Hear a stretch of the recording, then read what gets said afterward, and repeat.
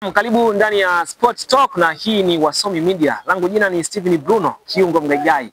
Leo tutakuwa tukizungumzia michezo Young Africans. Wao kumekuwa na vuta ni kuvute za hapa na pale baada ya kumtimua kocha wao wa kwanza ambaye anajulikana kama Romain Folz baada ya mchezo wa kwanza dhidi ya Silver Strikers kutokea pale nchini Malawi kupoteza kwa jumla ya idadi ya goli 1-0. Hivyo Yanga wakawa na kocha wao msaidizi raia wa Malawi ambaye alimchukua, ambaye alikuwa pia ni kocha msaidizi wa timu ya taifa ya Malawi. Lakini kwa sasa ninavyozungumza na wewe, kikosi cha Young African usiku wa jana kimeweza kumtambulisha kocha mpya Pedro, raia wa nchini Ureno, ambaye pia alikuwa ni kocha wa vijana katika kikosi cha Sporting Lisbon ya pale nchini Ureno, lakini pia ametokea katika kikosi cha Angola, timu ya taifa ya Angola. Yanga jana waliibuka na ushindi wa goli 2-0 na magoli yakifungwa na Pacome Zouzoua pamoja na Dickson Job. Bonge moja la goli la Dickson Job. Lakini mpaka sasa Young African wameweza kufuzu mara 3 mfululizo katika ligi ya mabingwa hatua ile ya makundi.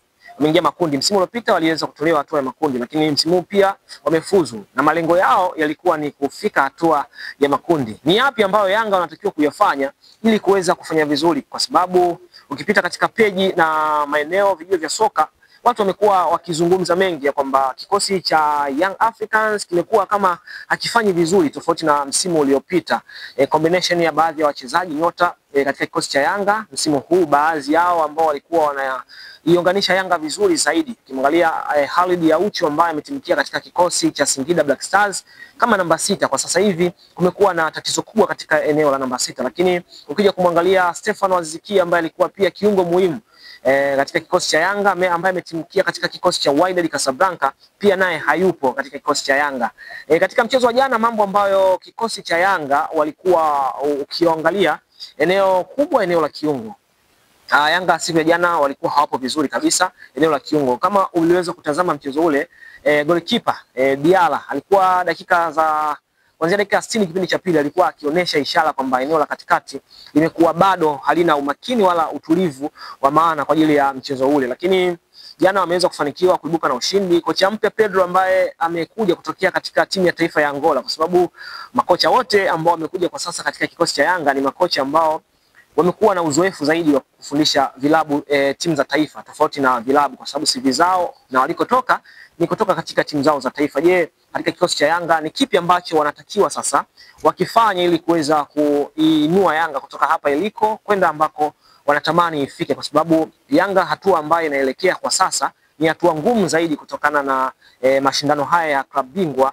Mechi za mbele zinakuwa ngumu zaidi kwa sababu unaenda kukutana na vigogo wakubwa, mfano Mamelodi Sundowns, utaweza kukutana na Pyramid, kukutana na watani wako Simba, kukutana na Al Ahly. Kwa hiyo wana kibarua kikubwa cha kufanya. Kwa hiyo kocha, sehemu za msingi ambazo anatakiwa kuzingatia ni sehemu ya kwanza ni striker, kwa sababu siku ya jana pia umemwangalia Prince Mpumelelo Dube pamoja na Anti Boyeli wamekuwa hawana finishing nzuri, yani wamekuwa bado wana makosa makubwa sana ya kukosa magoli. Labda Clement Mzize kama atarejea katika majeraha aje acheze kama namba 9, japokuwa Clement Mzize pia ukimchezesha kama namba 9 amekuwa na ugumu mkubwa sana wa kucheza nafasi hiyo, amekuwa ni mzuri sana akitokea eneo la pembeni. Lakini ukiangalia sajili ambazo zimefanyika na Yanga msimu huu bado zimekuwa hazijatoa yale matunda ambayo wana Yanga, lakini pia wapenzi wa soka walikuwa wanatamani kuyaona kutoka kwa kikosi cha Yanga. Kwa hiyo kocha ana kazi kubwa ya kufanya katika eneo la kiungo, lakini pia eneo la finishing, kwa sababu muunganiko wa timu mpaka sasa hivi inaonekana Yanga haichezi tofauti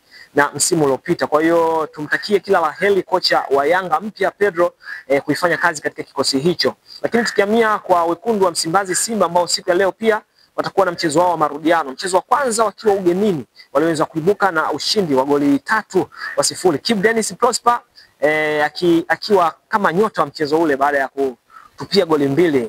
Mfupa kwa upande wa Simba sio mgumu sana, kwa sababu leo watacheza katika uwanja Benjamin Mkapa, na wao kufuzu hatua makundi imekuwa kama sio historia ngumu kwao, imekuwa wakifanya hivyo mara kwa mara. Kwa hiyo tusubiri leo majira ya jioni tushuhudie wao Simba watatuonesha nini katika uwanja wa Benjamin William Mkapa, huku tukishuhudia kikosi chao kikiwa kinazidi kuimarika siku baada ya siku, wakiwa na nyota muhimu, wakina Soa, wakina Awa, lakini ukiangalia backline yao bado inafanya vizuri kweli katika michuano ya ligi kuu, lakini pia katika klabu bingwa hapa barani Afrika. Kwa hiyo kwa Simba, Azam, Yanga pamoja na Singida Black Stars zote tunaziombea heri. Ikiwa Azam, Singida na Yanga wameshafuzu, lakini tunaamini kwa Simba nao hawatakuwa na wakati mgumu kutokana na mchezo wa kwanza wa raundi ya kwanza ambavyo waliweza kucheza vizuri na kushinda wakiwa ugenini. Kwa hiyo mimi niwatakie kila la heri, lakini hii ni Sport Talk kutokea hapa Wasomi Media. Mimi ni Steven Bruno, naamini tukutane wakati ujao tuweze tukazungumze michezo kwa undani kabisa. Pia unayo nafasi ya kutufuatilia katika mitandao yetu ya kijamii kama Wasomi Media pale Instagram, Facebook, lakini pia mtandao wa YouTube pia tunapatikana hivyo kama Wasomi Media. Mimi nikutakia wakati mwema kuweza kufuatilia michezo.